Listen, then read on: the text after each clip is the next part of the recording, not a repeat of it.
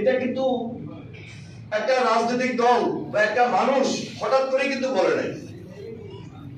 আসলে রাজনৈতিক দল হিসাবে এরা কখনো রাজনীতি করবে, মানুষের সাধারণ মানুষের নিয়ে চিন্তা করবে, এটা আওয়ামী লীগের মধ্যে আমরা দেখি নাই। স্বাধীনতার পর তারা যেভাবে দুর্নীতি দুঃশাসনে লিপ্ত ছিল, রক্ষী বাহিনীর যে অত্যাচার ছিল, তখনও এই গুম খুন ফ্যাসিস্টের ভূমিকা তারা অবতীর্ণ ছিল। আমি 96-এ নিজে যখন একদম ছাত্র দলের দায়িত্বে ছিলাম, তার আগ থেকেও আমরা সফর করে আসছি এই যে ফজলুল হক মিলনের নেতৃত্বে, রিজভী আহমেদের নেতৃত্বে আমরা বরাবরই দেখেছি এই রাজনৈতিক দল বলতে রাজনৈতিক দল ছিল না। এরা রাজনীতির চর্চা করে নাই। এরা সবসময় রক্তচক্ষু দেখিয়ে মানুষকে জিম্মি করে দেশের ক্ষমতায় বারবার থাকার চেষ্টা করেছে এবং গত 16-17 বছর সেভাবেই ছিল। আর ছিল বলে এরা সবাইকে জিম্মি করে, রাজনৈতিক দলগুলোকে জিম্মি করেছে। 14তে ভোটারবিহীন অবস্থায় তারা ক্ষমতাকে দখল করেছে।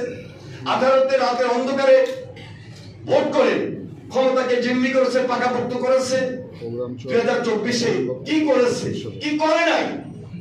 সুতরাং এদের রাজনীতি করার কোনো অধিকার নাই। আজকে আমরা বলছি যে বিচার প্রক্রিয়ার মধ্য দিয়ে, আইনি প্রক্রিয়ার মধ্য দিয়ে অবশ্যই আওয়ামী লীগ চলে এদেশে, বেশিরভাগ চলে এদেশে ফিরে না আসতে পারে, সেজন্য তাদের রাজনীতি নিষিদ্ধ করা উচিত। এরা হেলিকপ্টার থেকে শুধু গুলি করেই ছাত্র হত্যা করে শেষ ক্ষান্ত হয় নাই। এরা এই ক্ষমতাকে পাকাপোক্ত করার জন্য 20 মিনিটের মধ্যে প্রোগ্রাম শেষ হয়ে যাবে। সেদিন ধারাবাহিকভাবে আমরা তখন সবাই জেলে ছিলাম, আমরা তখনও আমরা জেলখানা থেকে আমরা দেখেছি, ডিবি অফিসের থেকে আমরা দেখেছি যে তাদের ফ্যাসিবাদী শাসন, কর্তৃত্ববাদী শাসন কত ভয়ঙ্কর ছিল।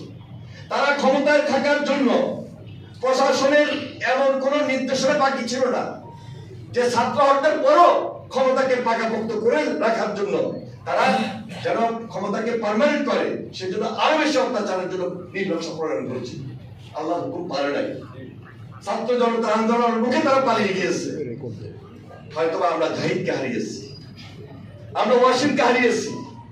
আমরা এইভাবে শত শত প্রায় 2000 এই সর্বশেষ আন্দোলনে 2000-এর অধিক আমাদের এই ছাত্র জনতার আন্দোলনে সাধারণ ছাত্র, আমাদের দলের সাধারণ মানুষ 2000-এর অধিক শহীদ হয়েছে, খুনের শিকার হয়েছে। এয়ারপোর্টে মারা গিয়েছে জাহিদ, তার মা এখানে বসা। কিন্তু ইনি ওইখানে আসার পর যে কান্নায় ভেঙে পড়েছেন সেটা আমরা লক্ষ্য করেছি। খুব স্বাভাবিক, একটা পরিবার একটা অসহায়ত্ব বোধ করেছে। জাহিদের পিতা আজকে